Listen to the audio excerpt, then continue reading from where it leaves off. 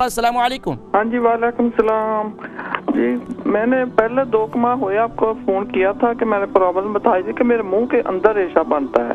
منہ کے اندر ریشہ بنتا ہے؟ ہاں جی. تو کہاں سے کال کر رہی ہیں؟ بھی بڑی پرابلم ہوتی ہے تو بہت زیادہ نا، پھر جب میں بولتی ہوں تو پھر ہونٹ بھی چپ چپ کرتے ہیں. اچھا کہاں سے کال کر رہی ہیں آپ؟ میں مڈل پورے سے کرتی ہوں.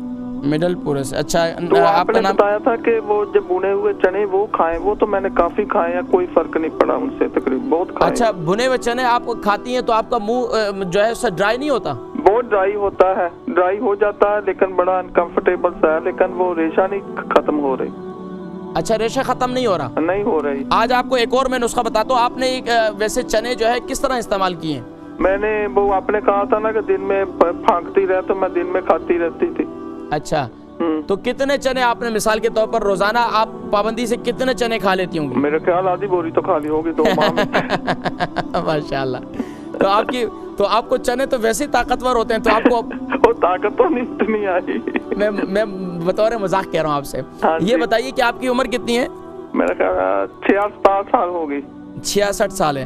اچھا نام کیا ہے آپ کا؟ پروین اختر. پروین اختر. لیکن مجھے بہت پرابلم ہوتی، خاصا نماز پڑھتی ہوں، تسبیح کرتی ہوں تو پھر اتنا نا منہ کے اندر ہی وہ جب باہر اتنا نہیں نکلتا، منہ کے اندر ہی نا وہ رہتا ہے. تو کیا ہے آپ کے ریشہ جو ہے وہ کیا بلغم کی صورت اختیار کر جاتا ہے؟ بلغم جیسی ہے.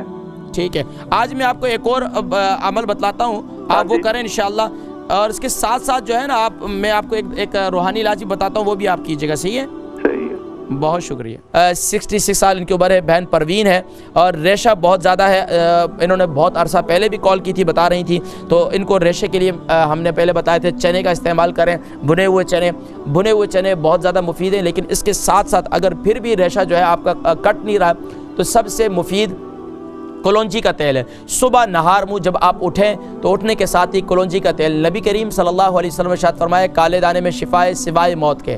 اگر تو آپ کلونجی کے دانے تھوڑے سے لے کر اس کو منہ میں چبائیں اچھی طریقے سے، وہ بھی بہت مفید ہے. اس کے ساتھ ساتھ آپ جو ہے تھوڑا سا کلونجی کا تیل جو ہے چمچ میں ڈال کر شہد کے ساتھ ملا کر، اگر شوگر نہیں ہے تو شہد کے ساتھ ملا کر صبح نہار منہ اسے چاٹ لیا کریں. اس سے آپ کے ایک تو ریشہ بھی کٹے گا، دوسرا آپ کا انشاءاللہ جو ہے بلغم بھی ختم ہوگا، آپ کے لنگس بھی بہتر ہوں گے. اس کے ساتھ ساتھ سانس کی تکلیف بھی بہتر ہوگی. اس کے ساتھ ساتھ پیٹ کی تکالیف جو ہے وہ جملہ وہ بھی ختم ہوگی. اور اس کے ساتھ ساتھ آپ جو ہے سورہ علم نشرح، سورہ انشراح جو ہے وہ سینے پر ہاتھ رکھ کر اپنے جو ہے یہ دم کیا کریں. اول آخر درود شریف کے ساتھ 11 مرتبہ سورہ انشراح 2 ٹائم، صبح فجر یعنی صبح کے وقت بھی اور شام کے وقت مغرب کی نماز کے بعد بھی یہ عمل کریں. انشاءاللہ آپ کا ریشہ کافی حد تک کم ہوگا. ایک اور عمل میں بتلاؤں کہ رات کو سوتے وقت جو ہے آپ نیم گرم پانی سے غرارے کریں، لیکن اس میں 1 چمچ کلونجی کا تیل ڈالیں.